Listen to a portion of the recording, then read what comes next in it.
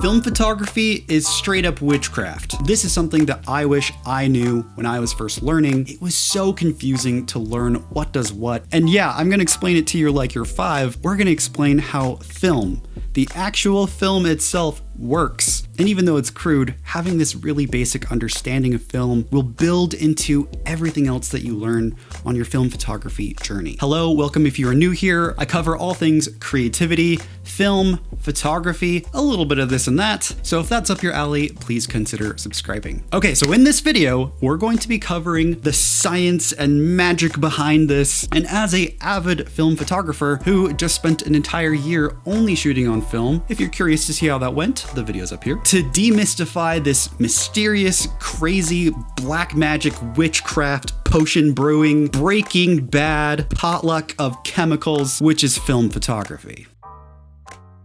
So film is made of a couple liquids that are layered on top of each other. First is the film base. Then a few layers are added on top, and that is all called celluloid. In that celluloid are what's called silver halide crystals. And these silver halide crystals react to, you guessed it, light. So we've established film is a 7-layer bean dip of chemicals, and the silver halide crystals layered inside is what's actually reacting to the light. So where do we get said light? That brings us to the camera and lens. So the light then travels through a lens, and the lens basically acts as a small little projector that casts this image onto the film. And if you're nerdy like me, you might have wondered, wait a second, lenses are round, they're circles. And basically what happens is that projected image actually overextends quite a bit over that film, and the camera has a rectangular hole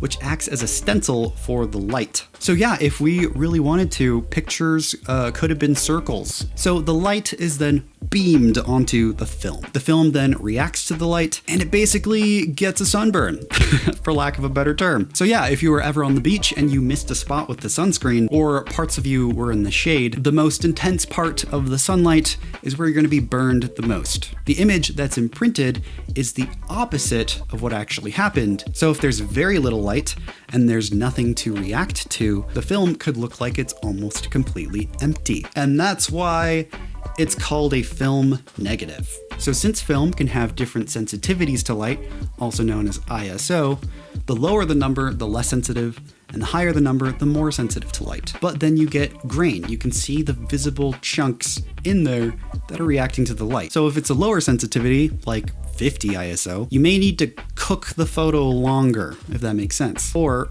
overexpose it to light. And basically that's where the camera comes in, and that's where you manipulate your shutter speed and aperture. So really, the film has a threshold of the lowest amount of light it can handle and the highest amount of light it can handle.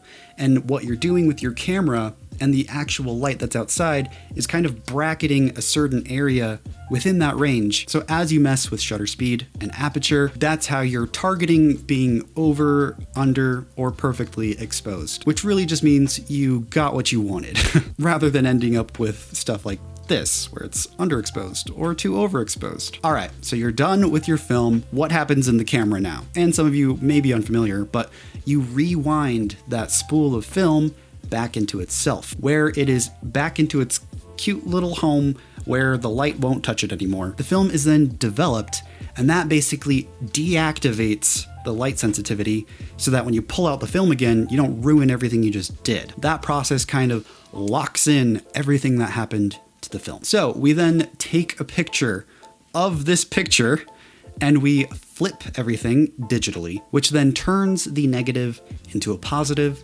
and that's how you get your image. So then you may be wondering, what about before scanners and cameras? What did we do then? To make prints or enlarge photos, you'd basically do what's called darkroom printing. You would take the negative and project light through it onto a much larger piece of paper, we'll just call it paper, and that light sensitive sheet reacts inversely to the negative. That's how you enlarge pictures, that's how you get prints of them. Sheesh, I do not envy that ridiculous process, but you know, there's still people out there today who do that. There's actually color positive film out there too, which is also known as slide film. Slide film, it's the exact opposite. It also has a crazy voodoo chemical mix of dark magic that actually produces a normal positive image, which is really cool. Back in the day when people wanted to share their photos with people, rather than having tons of very small prints that were tedious to go through, you could then use a projector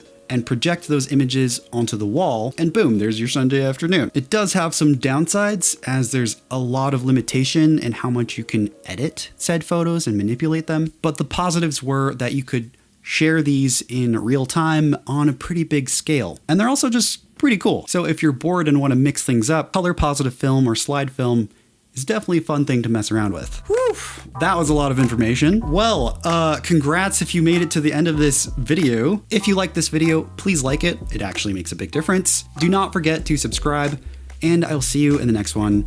Thanks so much for watching.